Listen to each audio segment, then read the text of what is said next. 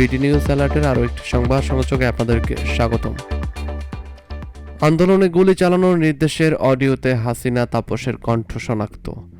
জুলাই আন্দোলন চলাকালে প্রাণঘাতী অস্ত্র ব্যবহার ও গুলি চালানোর নির্দেশ দেওয়া একটি অডিও রেকর্ডিংয়ে কণ্ঠ তৎকালীন প্রধানমন্ত্রী শেখ হাসিনার সঙ্গে মিলে গেছে বলে জানিয়েছেন একজন ফরেনসিক বিশেষজ্ঞ। সোমবার 22 সেপ্টেম্বর আন্তর্জাতিক অপরাধ ট্রাইব্যুনাল 2-এ সিআইডি ডিজিটাল ফরেনসিক ল্যাবের কর্মকর্তা পুলিশ পরিদর্শক রুকনুজ্জামান সাক্ষ্য দেন। রুকনুজ্জামান সাক্ষ্য দিয়ে বলেন, পরীক্ষা করার জন্য তাদের কাছে ওই রেকর্ডিং জমা দেওয়া হয়েছিল। ট্রাইব্যুনালে তিনি বলেন, পরীক্ষায় নারী কণ্ঠ তৎকালীন প্রধানমন্ত্রী শেখ হাসিনার সঙ্গে এবং পুরুষ কণ্ঠ ঢাকার দক্ষিণ সিটি কর্পোরেশনের তৎকালীন মেয়র শেখ ফজলে নূর তাপসের সঙ্গে মিলে গেছে। আদালতে বাজানো অডিওতে হাসিনা ও তাপসের কথোপকথন শোনা যায়। সিআইডি কর্মকর্তার জেরা শুরু হওয়ার কিছুক্ষণ পর ট্রাইব্যুনাল মধ্যাহ্ন বিরতিতে যায়।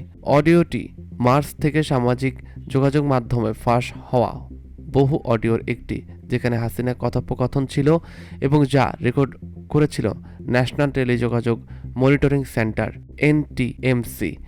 একই ফাঁস হওয়া অডিওর অংশ এর আগে চলতি মাসে বিবিসি পরীক্ষা করে প্রতিবেদন প্রকাশ করেছিল। ফোন আলাপের এই রেকর্ডিং আন্দোলন দমন নিয়ে হাসিনার প্রত্যক্ষ সম্পৃক্ততার প্রমাণ, যেখানে তাকে আন্দোলনকারীদের ওপর রাষ্ট্রীয় বাহিনীকে গুলি চালানোর নির্দেশ দিতে শোনা গেছে।